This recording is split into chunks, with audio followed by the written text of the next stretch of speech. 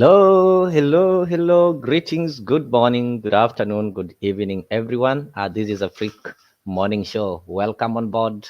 I'll be with you today, one-on-one, as we look at what is happening in Kenya. It is indeed a good morning, and everything is okay. So today, what is hitting our news is something that is not new to you: the grand return of one Henry Rotich. So that is a grand return of the former CS of Finance Henry Rotich. So why are we going to look at Henry Rotich? Things are interesting that Kenyans are gambling to pay the billions.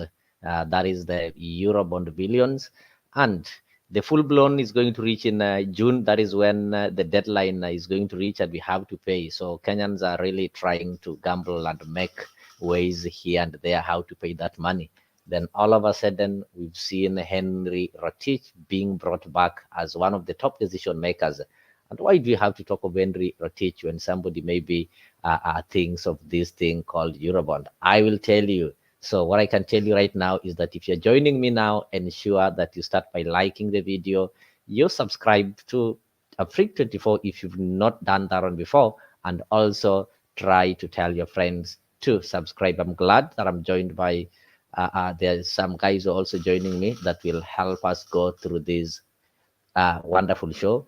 The comment section, thank you so much. You can see good year is already there, ameshafika mzima mzima na ako tayari kujadiliana nasi asubuhi ya leo. Sasa kama hujafanya hivyo, hakikisha pia wewe umejiunga nasi na hakikisha kuwa umetuambia unajiunga nasi ukiwa upande gani.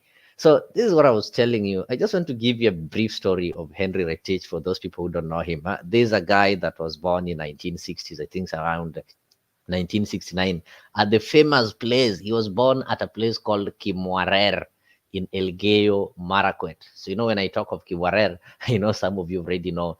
And we are going to find that when there was this scandal of the Aurora and Kimwarer, he was the finance minister. He was a treasury, and is among the people who are taken to court, and they were charged with mismanaging the funds that was meant to build such a dam. And imagine, this dam is where he was born. And for those people who don't know, Henry Rotich holds a master's degree in public administration from a prestigious university, that is Harvard University. Yeah, if I say prestigious, I know those people from the University of Nairobi, they describe themselves as, okay, I'm having a degree from a prestigious university. So that is Henry Rotich for you. So that is the man that we are discussing. Yeah, he is also having some master's degree in economics and a bachelor of arts degree in economics and sociology from a prestigious university, that is the University of Nairobi. And for the people, majority of Kenyans came to know Henry Rotich after the 2013 general elections. That is during the Uhuru Ruto won the first elections where William Ruto and the former president Uhuru Kenyatta got into the office. So by that time, you'll find that Rotich used to work with Uhuru Kenyatta actually in the Ministry of Finance during the Kibaki era, and he was the head of the macroeconomics at the Treasury. So when his colleague, that is Uhuru Kenyatta, got selected as the president, Uhuru Kenyatta appointed him as his cabinet secretary of finance in 2023. And you will realize that this guy is the one who came up with some policy frameworks that used to steer this country during the time of Uhuru Kenyatta. And he's the first person that helped Kenya to secure 1.5 billion US dollars. That was a loan from the International Monetary Fund, the IMF, in 2016. And this is one of the biggest grants on the continent that Kenya managed to get. And he's the one who was there when Kenya got this loan, that is maturing in June. That is Eurobond. And when I talk of the story of Eurobond, you know what happened. This story, we had the NYS scandal that ahead, Waiguru being netted. We are having the Aurora and Kimwarer. I'll be telling you a lot about this and why Kenyans. I don't know if Kenyans are surprised, why Kenyans are concerned that now Henry Rotich is coming back. The loan that he oversaw the loan that maybe was a signatory when we were taking the Eurobond is also maturing in June. And they're supposed to pay about, I don't know, 36 billion.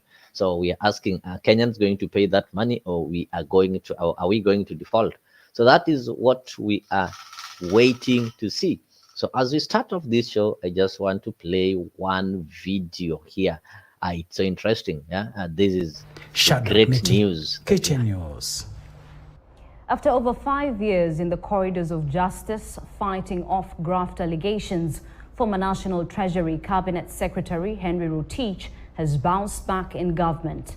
Now, President William Ruto has appointed him as senior advisor on fiscal affairs and budget policy, a position that will put him at the top echelons of decision-making in government. The appointment comes barely 2 months after he was acquitted by anti-corruption court of alleged involvement in the 63 billion shillings Aurora and Kimwarer Dam scandals. Is this a sign of good things to come for the former top Treasury Mandarin? Well, Jeff Kirui interrogates. Former Treasury Cabinet Secretary Henry Rotich is back in government less than 2 months after he was acquitted of 63 billion shillings Aurora and Kimwarer Dam scandal. The former CS will now serve in the position of senior advisor on fiscal affairs and budget policy in President Ruto's government. Before his acquittal in December last year, Rotich was in and out of court battling corruption charges. The former CS, in an interview with KTN News after being let off the hook, maintained that no money was lost in the Aurora and Kimwarer Dam project. I was the cabinet secretary. You cannot lose 63 billion. What was expended was only the advance payments to the contractor. I think it's between about 7.7 to 7.5, thereabout, depending on the exchange rate that you use at that particular time. A billion, of which I think 3.4 was Kimwarer and 4 point something for Aurora. According to Rotich, his case was politically motivated, coming at the height of retired President Uhuru Kenyatta's succession politics of 2022. Rotich, who had been charged with 19 counts, including abuse of office, conspiracy to commit an economic crime, conferring a benefit and single sourcing for the insurance of the project, and approving payment contrary to the law, fingered retired president for his woes. The way it was sort of politicized letter gave me some indication that perhaps there was extraneous consideration to charge me. I began to feel that, maybe there was some, a choreographed intention here, which, whether he knew or not, it's up to him. In his new role, Rotich will be instrumental in President William Ruto's government. His responsibilities will involve the development and analysis of budget, scrutinizing government revenues and expenditures. The appointment of Rotich raising questions as to whether he is being strategically positioned for a bigger role in President Ruto's government. Jeff Kirui, KTN. Yes, that is Rotich. That is the return of Rotich. I know people are asking so many questions, and that's a question that have been posed. That could it be that his return is to prepare him for a bigger role in Ruto government? And how did it start? Remember, up to the point when Ruto was elected as president, Rotich was still fighting the case in court. There was a case that involved the Aurora and Kimwarer. Then what did we see happening? Some few months ago, what happened is that the case was dropped, and immediately the case was dropped. And I think Kenyans are nowadays good in speculating, or should I call it predicting. Kenyans say that, okay, now that this case has been dropped, the next thing we are going to see Rotich being brought back. And actually, that is exactly what happened. And he's now going to be among the people who are going to be the decision makers. They are the people who are going to be making some financial decisions at the Treasury. So that is Henry Rotich. I've told you the history of this gentleman. This is a gentleman who worked with Uhuru Kenyatta. This is a gentleman who was the finance minister in the Uhuru's regime. So if anybody is blaming Uhuru for some financial mistakes or some poor financial policies, then the person who was responsible for making these policies was Henry Rotich. So Henry Rotich is back. So what are Kenyans saying? Should Kenyans say that, okay, now this is another Uhuru Kenyatta's term? Because if Henry Rotich is the people who are making some financial policies in that government, but now he's been brought back to do the same. So why can't we just conclude that this government and the previous government as the same thing, because they're the same people? But that is not the issue. The issue is we secured the Eurobond during the tenure of Henry Rotich. We know how the Eurobond was used. It was not used in a better way. It was misused. But now this ghost of Eurobond is coming to haunt us back, because in June we are going to reach a point whereby we have to pay or we default. I'm sorry, there are some guys, some Kenyans who are jokingly saying that Kenya needs to default so that we can open our eyes. So is the president going to pay this loan, or we are going to default? But the people whose names appeared in the mismanagement of this Eurobond are the same people that have now been tasked with the responsibility to oversee the payment of this Eurobond and how to financially manage things in this country. Just to take you back, I just want to flash back to what is called Eurobond, what the deputy president had to say in 2016. Because here, we believe in digging into facts. We don't just want to have some market talk or stories ajaba. So let me take you back to what happened in 2016. The issue about Eurobond money being stolen, my friend, is utter nonsense. Who is supposed to decide whether it is nonsense or whether it's real? Is it you or is it the investigative agencies? Let me tell you, there are some things that are beyond even believability. You sincerely think, Hussein, the government of Kenya can collude with the government of the United States to steal public money from Kenya? Okay. Really? Okay. I'll give an example. On this Eurobond, when this issue came up, and you talked about it, and we've talked about it before, the Cabinet Secretary Treasury, Cabinet Secretary Treasury Henry Rotich promised a blow-by-blow account on how this money was spent. He did an about turn. He never did it. He asked the former Prime Minister to go to his office. But he promised. He promised even journalists. The former Prime Minister never went. But he promised journalists he's going to do it, but he did not do it. What questions have been asked to Henry Rotich and he has not answered? That is one. That is one which he promised and he did an about turn. What questions? To the best of my knowledge, even if you went and Googled, forget about even talking to Rotich, and Googled today on matters to do with Eurobond, you will find the explanation from the Minister, from Treasury, online. Forget about even looking for anybody. Okay, but he did not. That's the point. He promised and he did not. What do you mean he did not? He did not. He said he'll give a blow. If he has given, I have a copy of what was posted on the website, answering every question. Okay. Again, economists argue about this, and conventional economists will teach us that if you pump so much hard currency in an economy, government borrowing for banks will go down. That is definite. And these are the questions that have been asked. And as a result, banking lending rates will drastically go down. The affected economy will experience strengthening of the operating local currency. Why didn't our economy respond to this? And finally, on this matter of Eurobond. Recently, at the State House Summit, when Edward Owuko, the Auditor General who is investigating this, when President Kenyatta almost rubbished what he was doing by seeking to go to New York to investigate this, isn't that interfering with investigations? Why won't you just let him finish his investigations? Because you're saying all these allegations as nonsense. My friend, why can't he finish the investigations without anybody interfering, so that we know whether it's true or not? Mr. Ugo is free. He has been to the U.S. not once on that matter, for your information, right? He has been to the U.S. not once. And all the books are open on this matter of Eurobond. And let me tell you, Hussein, on national television, I can look Kenyans in the eye and tell them the allegations about the loss of Eurobond is nonsense. It is really, it is not possible that any government, can collude with another government to steal money that was borrowed on behalf of the people. Fine. But at any one time, in this government, so what I'm saying, any one time in this government or any other, would you advise anyone to interfere in investigations? We don't interfere with any investigation. We don't interfere. Whatever you misconstrue the president to have said, you know, he didn't tell Mr. Ugo not to continue. That's when he actually used that phrase, guy, if you remember. Yeah, but it's just absurd that he's going to investigate this in Neo. It is really absurd.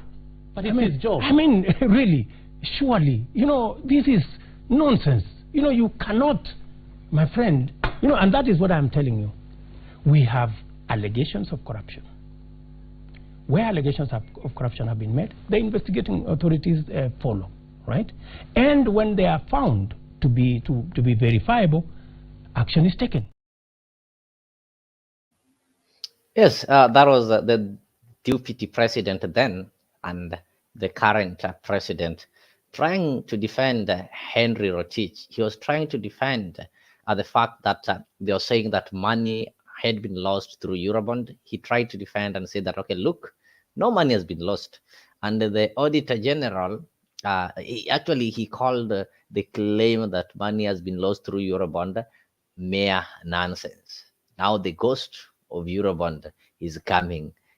June, he will have to pay the money because he's now the head of the state.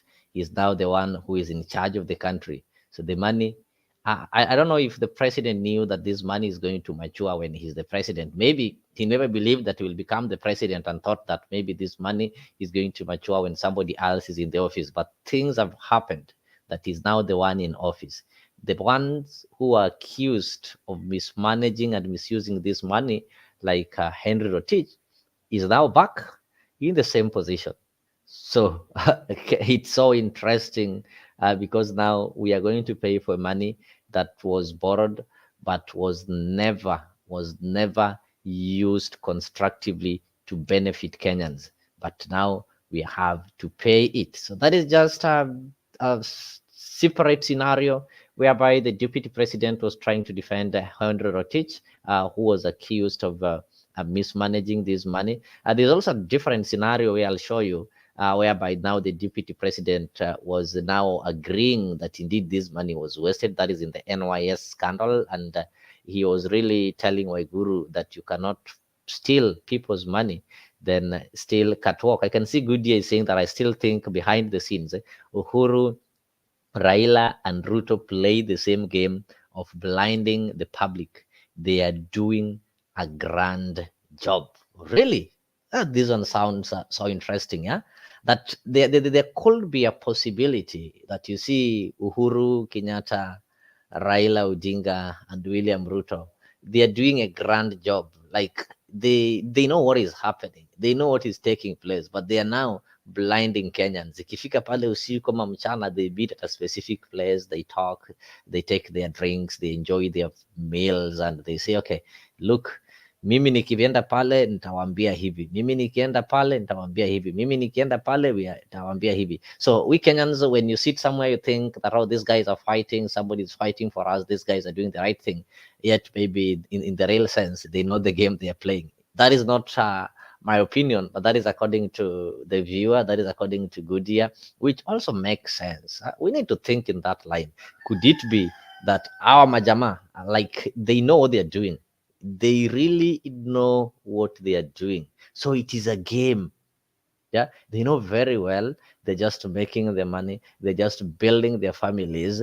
But the rest of us, so that we don't realize their game, they keep blinding us, because there's no way you can claim that Uhuru's government made some wrong financial policies or monetary policies.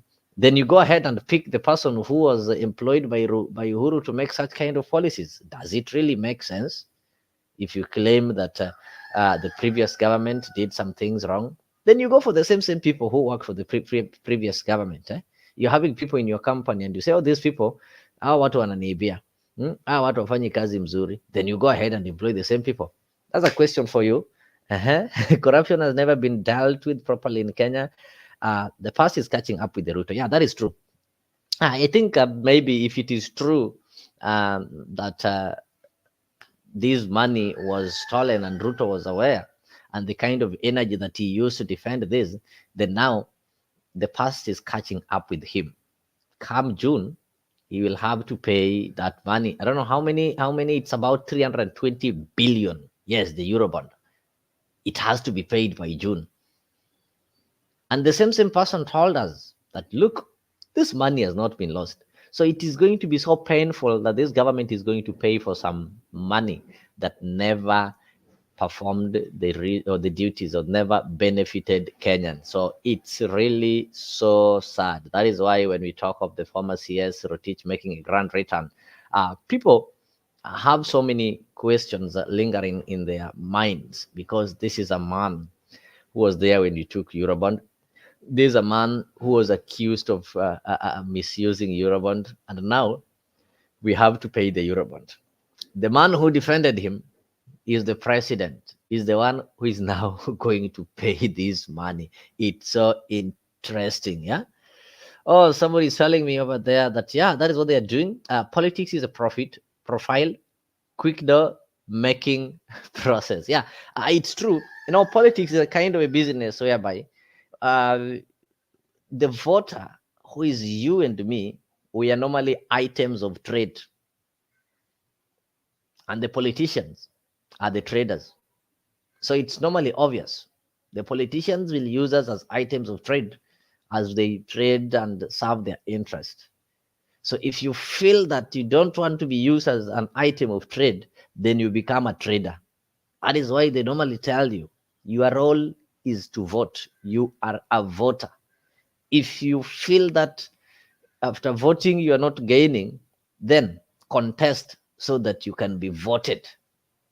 That's why our elections are normally that competitive, and we have several people who want to be elected because, oh, you feel like I've been used as an item of trade for long now. I want to become a trader. So you want to become a trader, you also look for your items of trade. So the items of trade can be members of your community. They can be members of your religion. So it depends with how you can profile them. It depends with how you can package them so that you can have ownership of them. And that is what is happening. It's worldwide, not only in Africa. Yeah. So you just need to get some market, some items of trade. You profile them well, and you create some enmity between them and your opponent. You make them inherit your perceived enemies. Actually, your opponents are never your enemies, because if you look at the parliament, almost all these MPs, they're friends to each other. If one of them has got a problem, is sick in the hospital, the people that you normally abuse, the people you think are their enemies, are the ones who will be the first people to go and visit them in these hospitals. If today Raila Odinga is admitted or something happens to him, William Ruto will be the first person there. If today Oscar Sudi have a problem, have been arrested, Otiende Amolo will be the first person to represent him in court. So it is about interest. It's so the other day I saw Danston Omari representing Boni Halwale. So it tells you it's business. It's business. So with us, voters, we are items of trade. I don't know since or till when. Yeah? Or Eurobond IMF all want their money, and that's why Ruto is selling. Yeah, Ruto is selling and building the buildings like KCC because this money is needed. The money is needed. Eurobond, they need their money. IMF need their money. Ruto on this side say that we are not going to borrow. We will not borrow. We will not borrow. We will not beg. We will not use the donations. We will tax. We will tax. I don't know.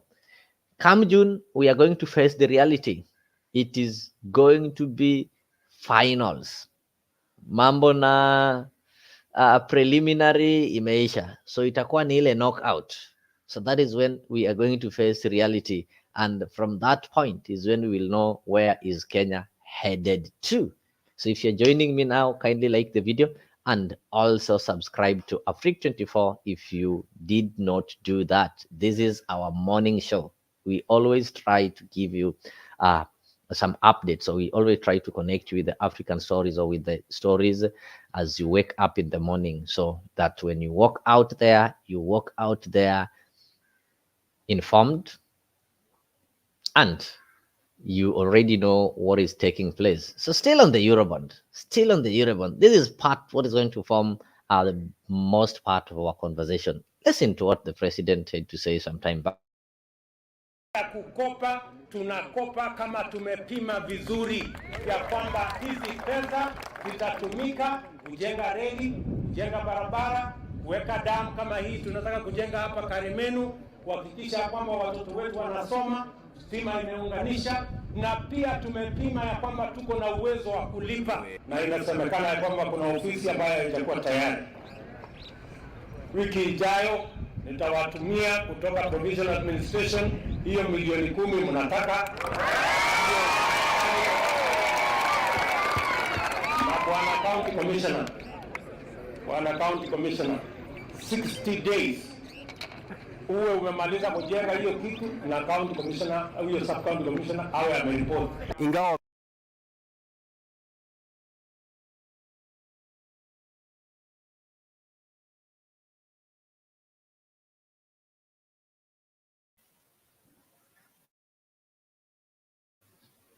So the president, the deputy president, then said that tunakopa, and the debts that we are taking are going to be used responsibly. Number two, tunakopa kama tunajua tuko na uwezo wa kulipa. And this is a question I want to ask you. Each and every time you listen to the government representatives speak outside there, they tell you that, you see, life is hard right now because the previous government over borrowed. So we have to pay the debts that were incurred by the previous government. But because Kenyans, we don't ask questions, not that we don't ask questions, we have questions, we ask questions to ourselves. These politicians are so wise. They speak such kind of things in situations whereby they know you cannot be given an opportunity to respond to them or to ask them questions. The only thing that you are normally allowed to do is to clap as they speak. That is why they will come and tell you, you see, this money was borrowed by previous government, and that is why the cost of living is high. But they don't give you an opportunity to tell them that who was in that previous government. The video I've just played is telling you the deputy president by then confirming to Kenyans that we are borrowing. We've borrowed Eurobond because, number one, we are going to use this money responsibly. Number two, we have the capacity to repay this money.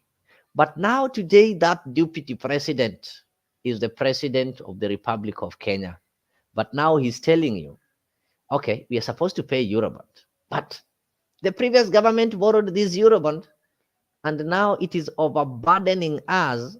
It was not used appropriately, so we now have to pay the debts of the previous government. He forgets that he was the previous government. He is the one who assured people that this money that we are borrowing, we are going to pay it. Just listen. Kukopa tunakopa kama tumepima vizuri ya kwamba hizi pesa zitatumika kujenga reli, kujenga barabara, kuweka damu kama hii tunataka kujenga hapa Karimenu, kuhakikisha kwamba watoto wetu wanasoma, stima imeunganisha, na pia tumepima ya kwamba tuko na uwezo wa kulipa, na inasema what happened? Tunakopa, tumepima, tuko na uwezo ya kulipa, tutaitumia kujenga barabara, tutaitumia kujenga reli, tutaitumia kujenga dam. What changed?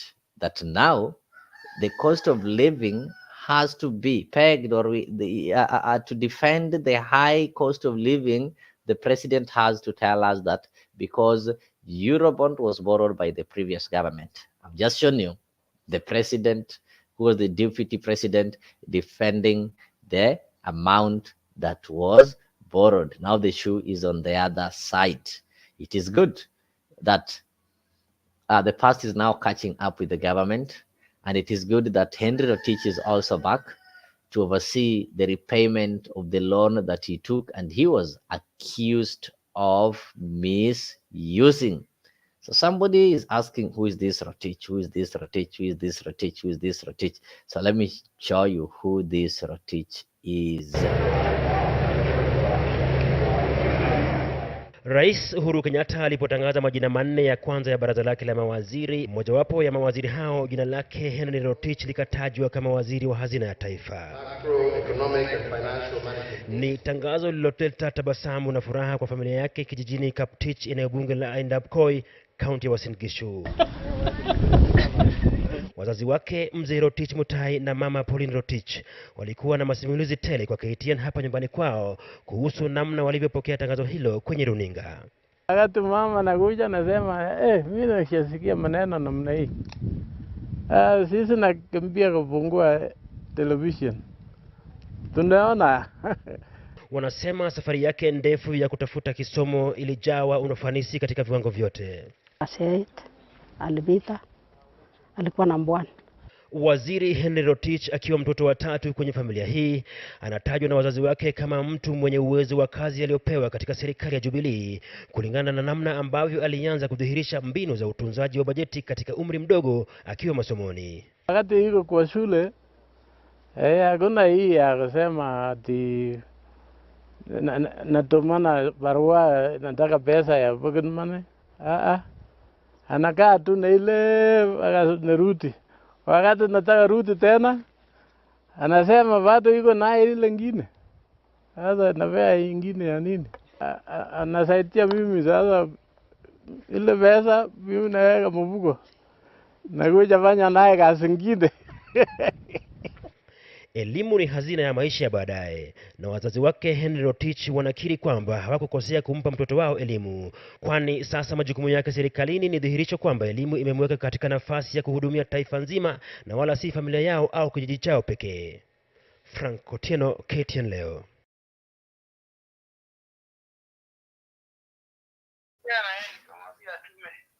Yes, that is Henry Rotich. That is Henry Rotich. You just had some brief story. Yeah, somebody who came from humble background. So I don't know if Kenyans should start fearing wale watu wametoka kwa ile maisha ya chini ama tuseme nini. So he had really humble background, somebody who was good and went to school well. Then sijui ni nini huwa inafanyika watu wakishakuwa wakubwa. I don't know what happens.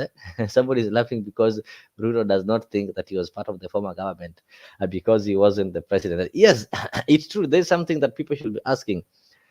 Sometimes when the current president speaks, he speaks as if he was a foreigner in the former government. But the good thing is that the internet never forgets. There are some of the sentiments that he made that now comes back to haunt him. When he was the deputy president, he would comfortably speak as the head of state. And even up to date, he will comfortably go and tell you, unaona mimi nilijenga hii reli, tulileta hii TTI, tulileta hii TTC, tulitoa hii barabara ya sijui wapi, tukapeleka wapi. Then again, he gets back and say, no, ile serikali imepita, ilitumia pesa vibaya. So he takes credit of the positive things that were done in the Jubilee government and he distances himself with the negative things that happened. There's no way unaweza zaa mtoto na uanza kusema kwa huyu mtoto hii kichwa kwa sababu ni kubwa, hii kichwa sio yangu. Unaangalia unasema, oh, the hands are mine, the legs are mine, the ears are mine. No, it doesn't happen. If the child is yours, then the child is yours wholly. Anything positive, anything negative. But Ruto behaves like me when I was young.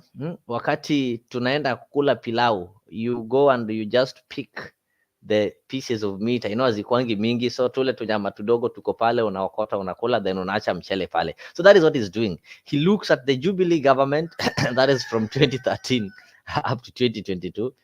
He picks on the nyama. So Jubilee government ni pilau iko na tunyama na tumshere kidogo kidogo. So he picks on the meat and leaves the rice and say that okay, hii nyama iko sawa. So mimi nilijenga reli, mimi nilijenga barabara, tulijenga TTI, tulijenga TTC, tulijenga TSC, tulijenga sijui nini. Lakini when it comes to taking responsibility for the collective mistakes that they did, hapo naye anajiondoa, anasema ile serikali. So I don't know, this government maybe William Ruto is doing positive things, alafu zile mistakes zote zilikuwa zinafanywa na Uhuru Kenyatta.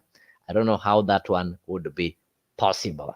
So it is good that our history is catching up with him. So good year. Don't get surprised. You don't need to laugh. It's laughable though, how the president distances himself with the previous government, but still finds the courage to pick the positive things that the previous government did and give credit to himself. So that is the nature of human. Kama unajiunga nasi, tafadhali hakikisha kuwa you subscribe, and after subscribing also ensure that you like and share the video. This is Afriq Morning Show.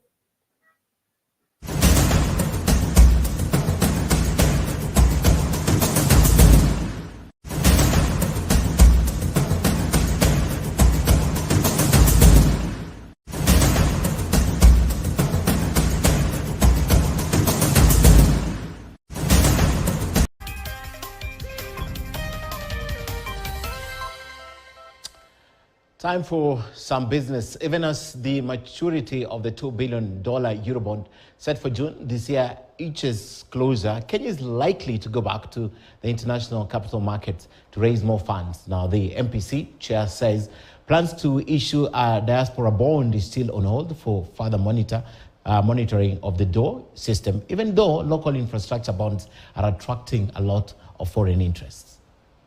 I know there has been a lot of concerns about how we are going to deal with the maturing 2 billion Eurobond in June, and I think that has led to a lot of uncertainty and people wondering whether the government will have enough reserves to be able to pay for that debt. Where will it get those reserves?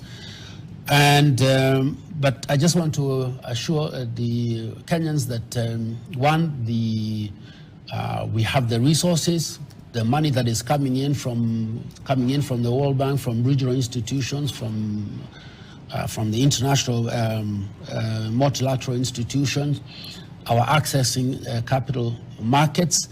That this risk that of the Eurobond will be, in my view, will be completely eliminated, and that should also contribute to a strengthening of the shilling. Away from that, the Cabinet Secretary Cooperatives and Macro and Small Enterprises, Simon Chelogui, has agreed to put on hold the cooperatives. Yes, by June, we have to pay the 2 million Eurobond. That is $2 million bond.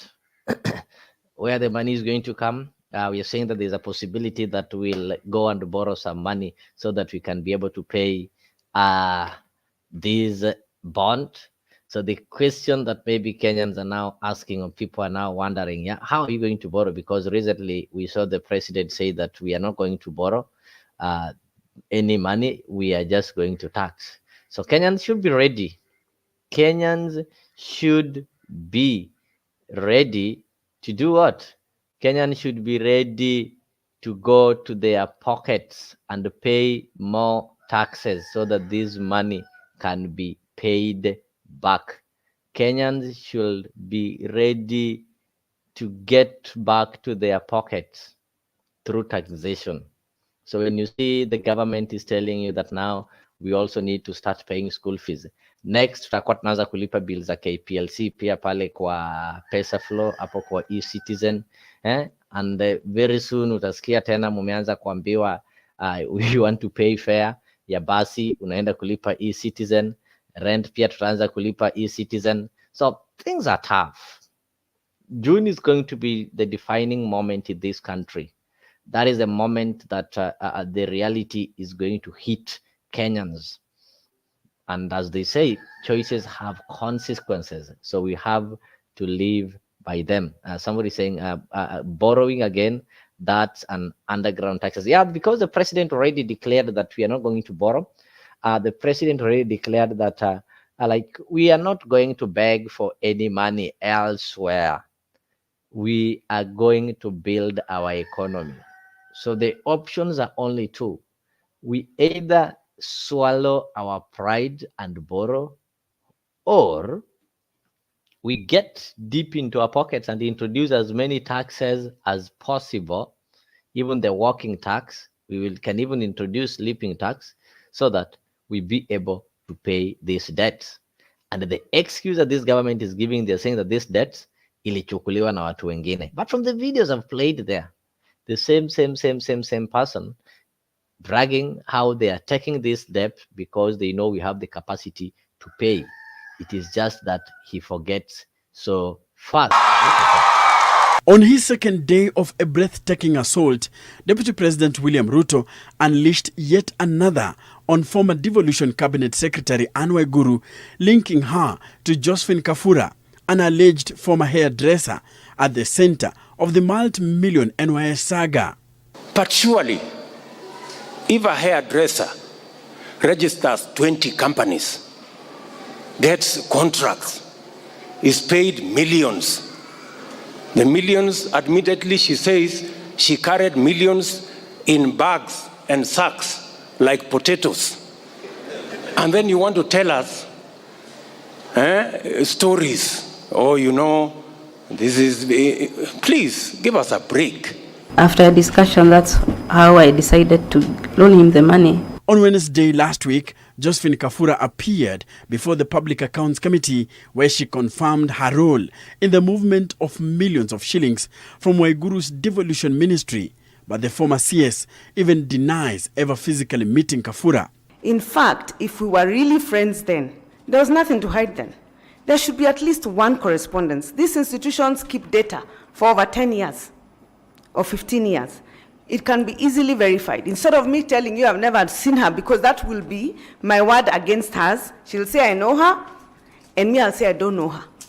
Deputy President William Ruto is now moving in strongly against Waiguru's narrative. Kiingereza mingi mnafanyia catwalk hapa around, na ni wazi pesa ya umma imepotea.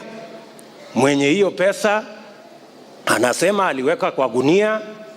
Sasa jameni, kweli dunia hii, we must be honest with ourselves. That we must be honest with ourselves, and we will call a spade a spade. When the DP unleashed the second salvo on Sunday, Waiguru fired back, telling Ruto to let the law take its course and not to influence the outcome of the investigations. The former CS maintained that investigations should be left to independent bodies unless the DP intends to influence the outcome. On Thursday, Anne Waiguru linked DP's long-serving aide Faruk Kibet and political ally Elgeyo Marakwet Senator Kipchumba Murkomen as part of the beneficiary of the money looted from NYS. Monies from Kafura have been linked to simultaneous deposits in a company associated with Ben Gedhi called Horizon Limited, and similarly, there have been transactions involving Ben Gedhi and Josephine Kafura with Senator Kipchumba Murkomen and with Faruk Kibet. Waiguru maintains that he did not mention the DP's office, but individuals. That very Thursday, Waiguru appeared to suggest that the masterminds of the scandal were working under very powerful individuals who she refused to name. Seemingly stung by the apparent linking of his surrogates to the NYS scandal, Deputy President William Ruto has stormed into the devolution ministry scam, and for the first time calling it theft of public funds. He's laying blame squarely on Anne Waiguru, saying she must be held accountable. Enoch Sikolia, NTV. And I'm done. The issue All right, about Eurobond money being stolen, my friend, is utter nonsense. Who is supposed to decide whether it is nonsense or whether it's real? Is it you or is it the investigative agencies? Let me tell you, there are some things that are beyond even believability. You sincerely think, Hussein, the government of Kenya can collude with the government of the United States to steal public money from Kenya? Okay. Really? Okay. I'll give an example. On this Eurobond, when this issue came up, and you talked about it, and we've talked about it before, the Cabinet Secretary Treasury, Cabinet Secretary Treasury Henry Rotich promised a blow-by-blow account on how this money was spent. He did an about turn. He never did it. He asked the former Prime Minister to go to his office. But he promised. He promised even journalists. The former Prime Minister never went. But he promised journalists he's going to do it, but he did not do it. What questions have been asked to Henry Rotich and he has not answered? That is one. That is one which he promised and he did an about turn. What questions? To the best of my knowledge, even if you went and Googled, forget about even talking to Rotich, and Googled today on matters to do with Eurobond, you will find the explanation from the Minister, from Treasury, online. Forget about even looking for anybody. Okay, but he did not. That's the point. He promised and he did not. What do you mean he did not? He did not. He said he'll give a blow. If he has given, I have a copy of what was posted on the website, answering every question. Okay. Again, economists argue about this, and conventional economists will teach us that if you pump so much hard currency in an economy, government borrowing for banks will go down. That is definite. And these are the questions that have been asked. And as a result, banking lending rates will drastically go down. The affected economy will experience strengthening of the operating local currency. Why didn't our economy respond to this? And finally, on this matter of Eurobond. Recently, at the State House Summit, when Edward Owuko, the Auditor General who is investigating this, when President Kenyatta almost rubbished what he was doing by seeking to go to New York to investigate this. Isn't that interfering with investigations? Why won't you just let him finish his investigations? Because you're saying all these allegations, as Francis, my friend, why can't he finish the investigations without anybody interfering, so that we know whether it's true or not? Mr. Ugo is free. He has been to the U.S. not once on that matter, for your information, right? He has been to the U.S. not once. And all the books are open on this matter of Eurobond. And let me tell you, Hussein, on national television, I can look Kenyans in the eye and tell them the allegations about the loss of Eurobond is nonsense. It is really, I mean, it is not possible that any government, you know, can collude with another government to steal money that was borrowed on behalf of the people. But at any one time, in this government, any one time, in this government or any other, would you advise anyone to interfere in investigations? We don't interfere with any investigation. We don't interfere. Whatever you misconstrue the president to have said, you know, he didn't tell Mr. Ugo not to continue. That's when he actually used that phrase, guy, if you remember. Yeah, but it's just absurd that he's going to investigate this in New York. It is really absurd. But it's his job. I mean, really, surely, you know, this is nonsense. You know, you cannot, my friend, you know, and that is what I'm telling you. We have allegations of corruption. Where allegations of corruption have been made, the investigating authorities follow, right? And when they are found to be verifiable, action is taken.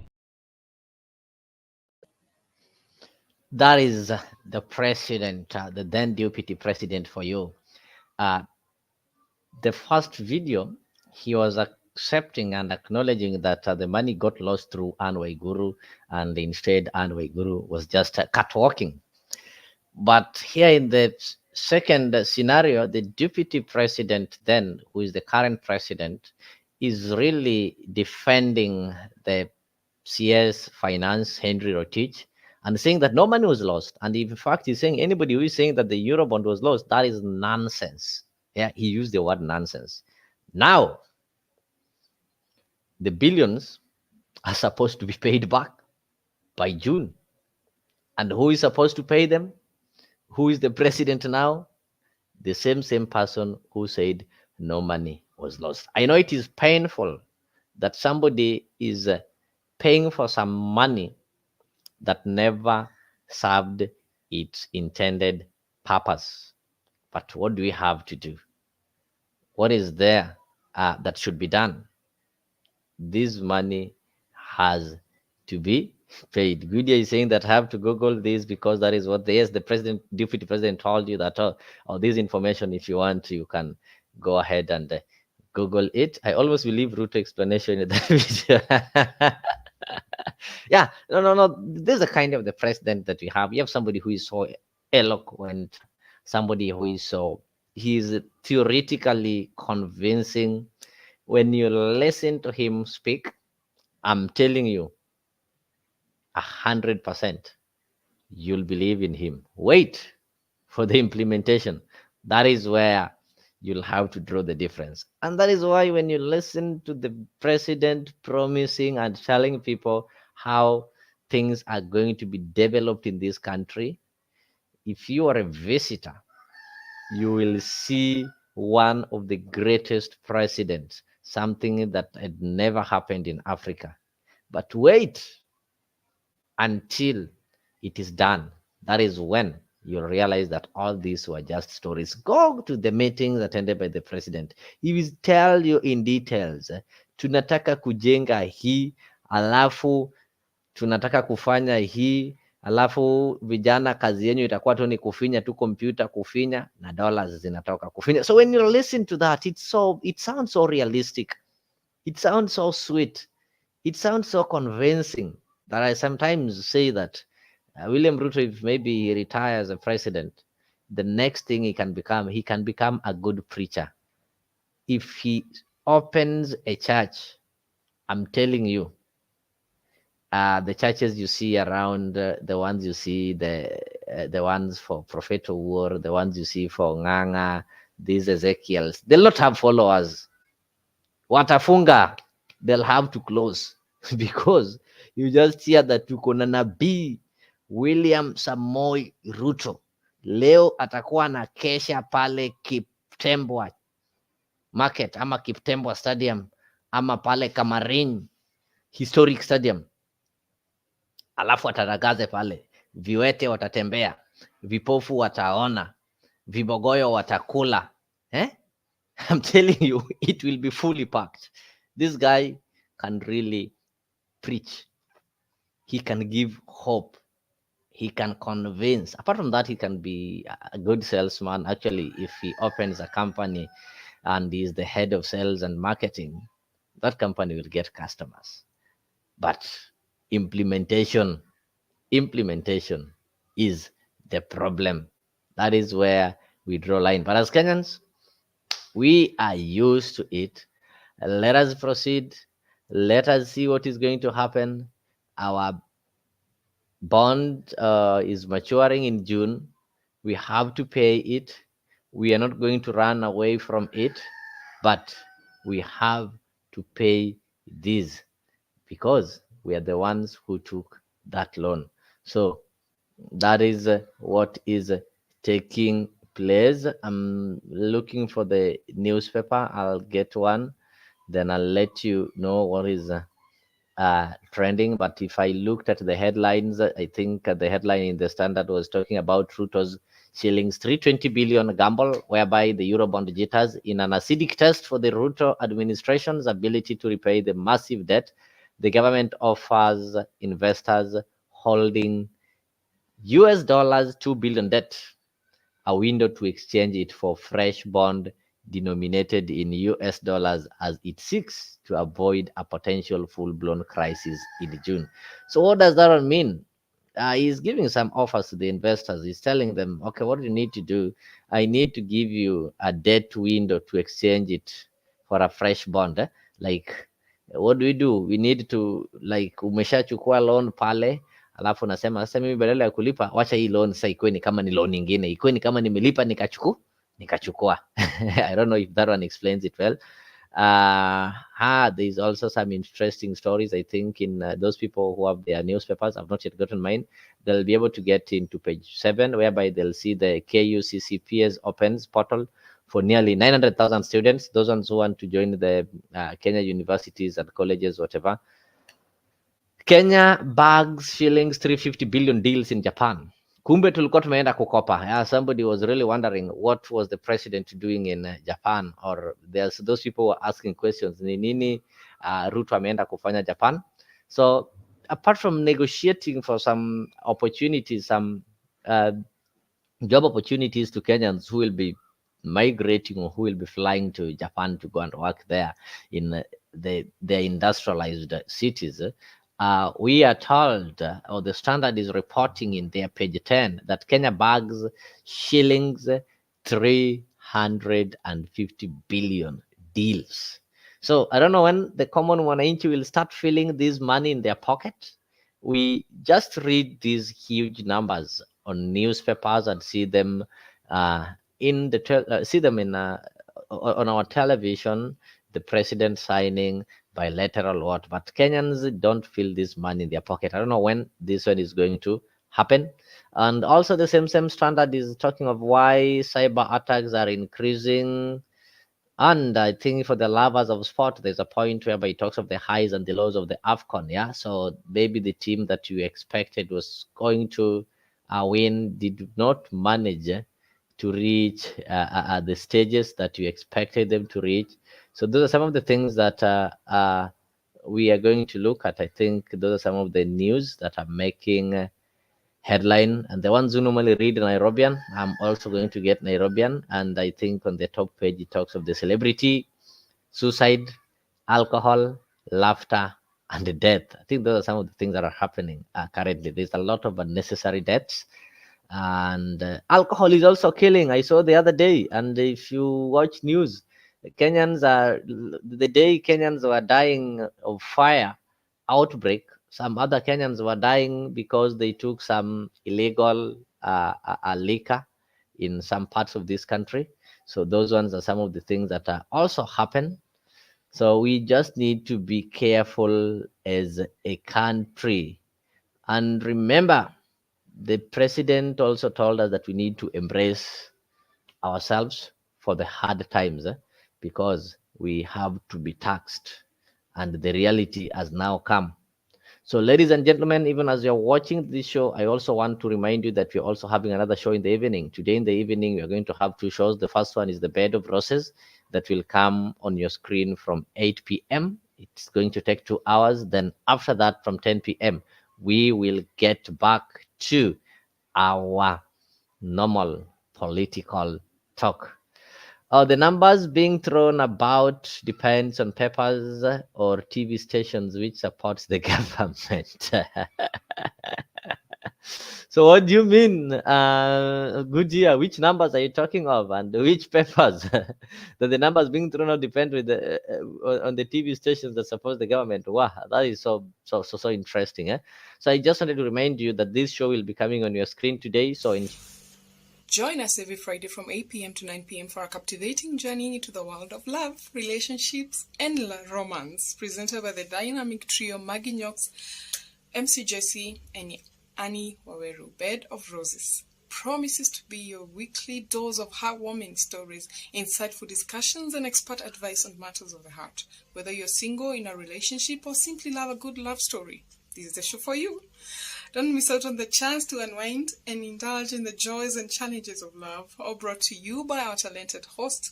Tune in to Afriq 24 every Friday from 8 p.m. to 9 p.m. and let us guide you through the enchanting world of Bed of Roses. Subscribe now and mark your calendars. You don't want to miss this. See you there.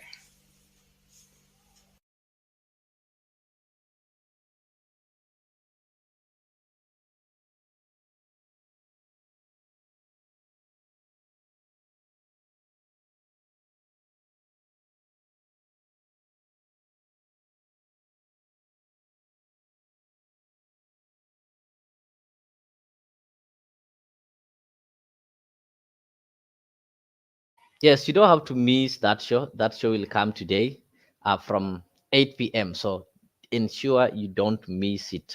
Make an appointment, make an arrangement, and ensure you watch that show. Just to tell you that it will not be channeled in any other channels.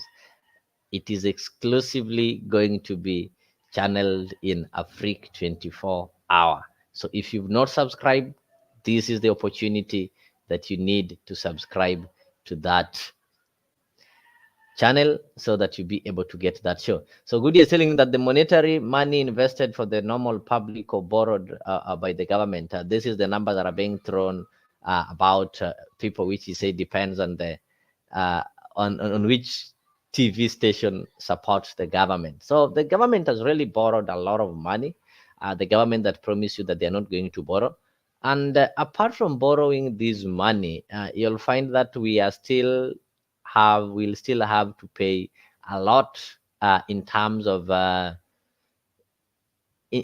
taxes, because the government need to pay the loans, the government need to pay salaries, and the government also need to pay some other expenses. But the president already told us that this money that is going to be paid, we are not going to borrow. We are not going to ask anybody to give us some donation. We are not going to beg for some other foreign countries. Instead, we'll have to pay this one from our own pockets. So that is why Kenyans should be ready, and they should be ready to embrace taxation. So a lot is going to happen.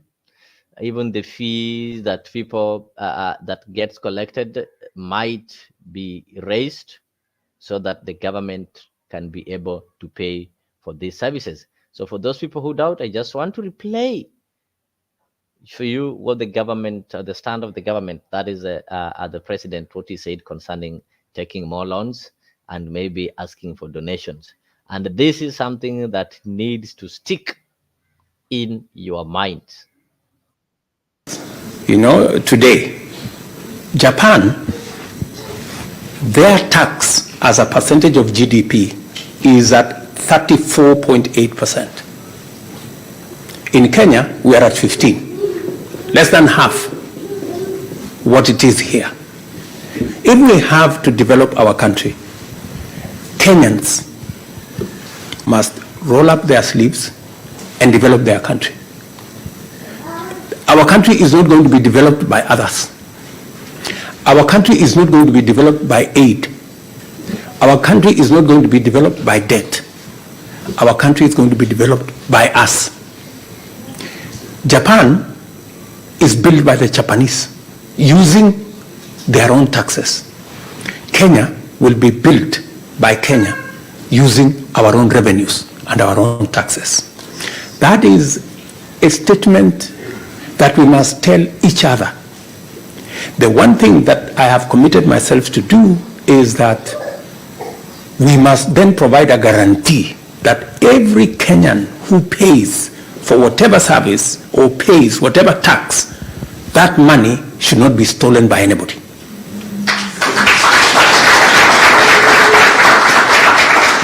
So long as we collect whatever tax we are collecting and we use it to grow our country, it is going to benefit us eventually.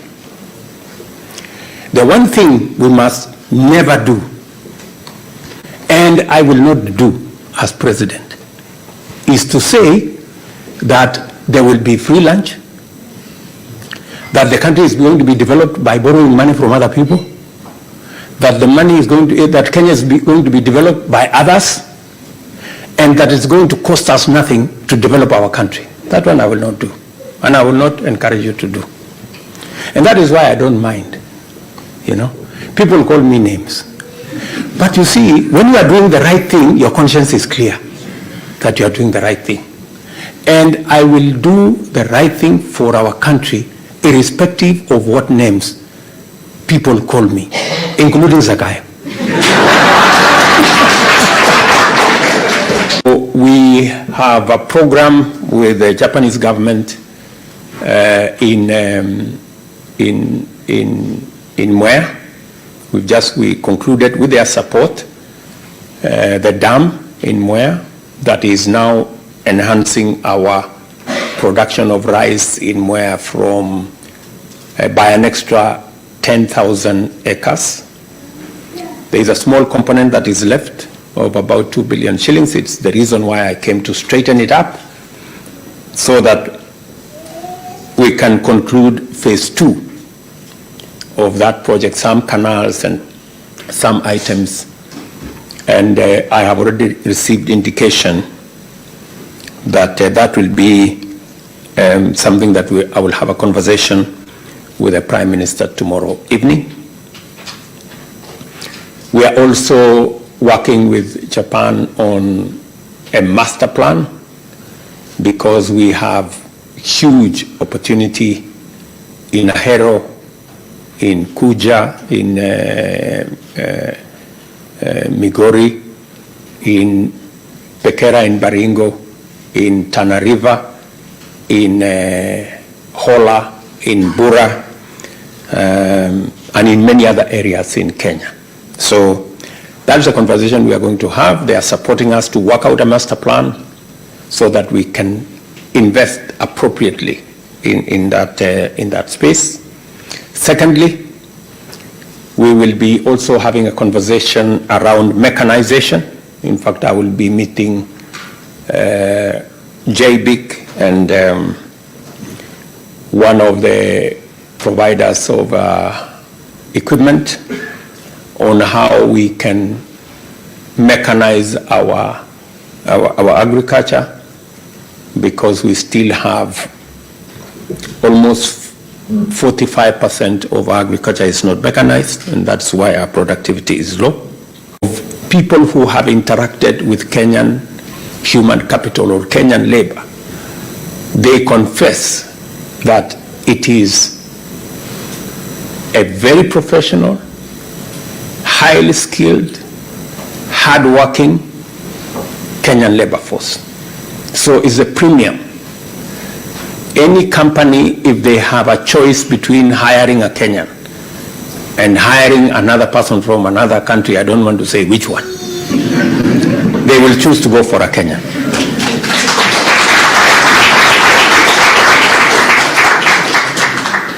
So because it's an asset that we have, we must make sure that we deploy it appropriately and we use it to drive our progress and our prosperity as a nation. As we digitize government services, as is expected, there is a lot of resistance. Initially, we had something like, I think, 3,000 pay bills, you know? Now, Yes, good day saying that the dam in Moya Tabere. I don't know. I told you, and you will agree with me that when the president speaks, you will always listen. The words that he says are so articulate, they are so organized. Actually, he's an orator. He's somebody who, when he speaks, everybody would want to listen.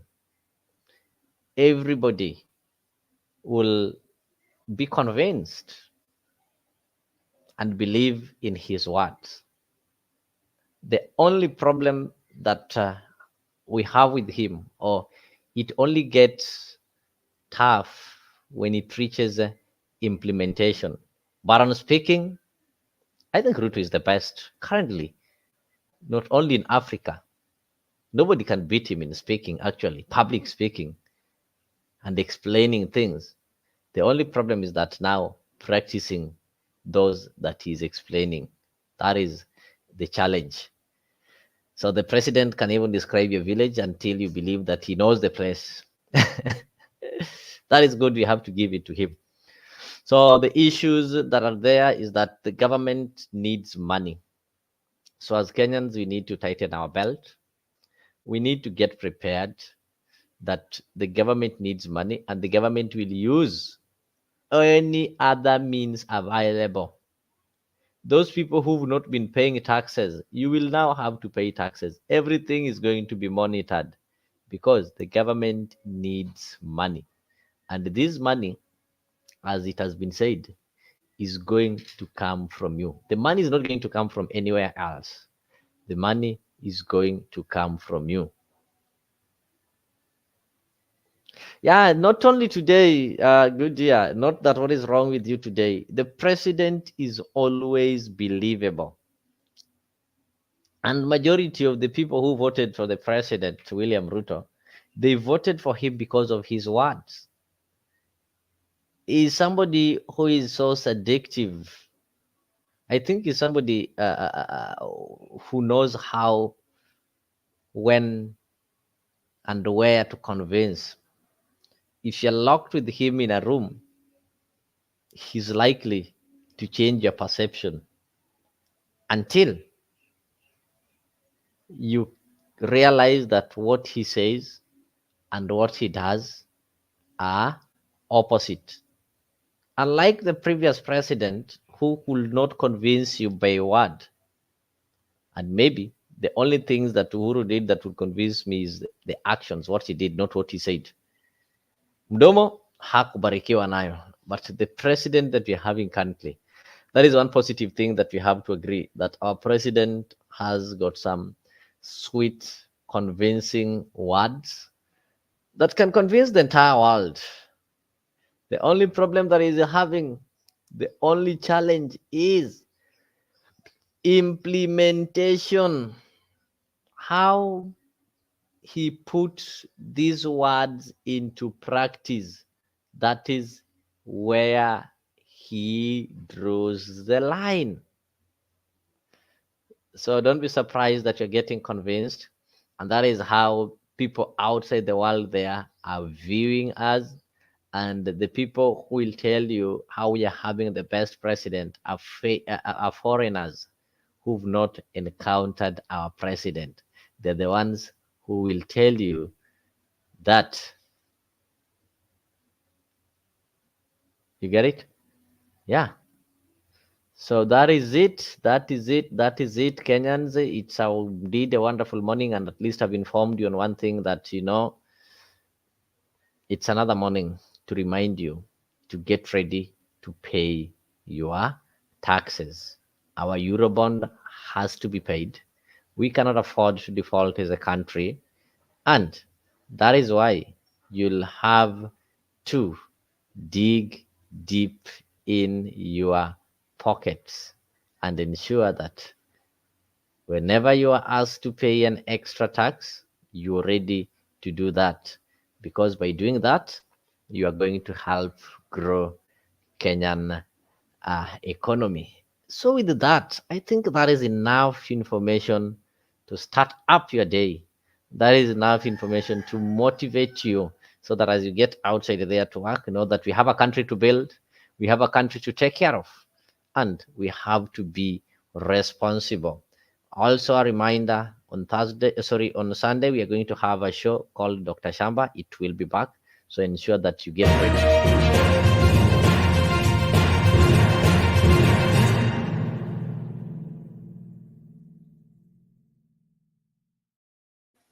That one will be there on Sunday. So ensure that you get enlightened. And today, don't forget, the first show will start at 8 p.m. East African time. And that one will be Bed of Roses. Then will be followed by the normal political. Join us every Friday from 8 p.m. to 9 p.m. for a captivating journey into the world of love, relationships, and romance. Presented by the dynamic trio Maggie Knox, MC Jesse, and Annie Waweru. Bed of Roses promises to be your weekly dose of heartwarming stories, insightful discussions, and expert advice on matters of the heart. Whether you're single, in a relationship, or simply love a good love story, this is the show for you. Don't miss out on the chance to unwind and indulge in the joys and challenges of love, all brought to you by our talented hosts. Tune into Afriq 24 every Friday from 8 p.m. to 9 p.m. and let us guide you through the enchanting world of Bed of Roses. Subscribe now and mark your calendars. You don't want to miss this. See you there.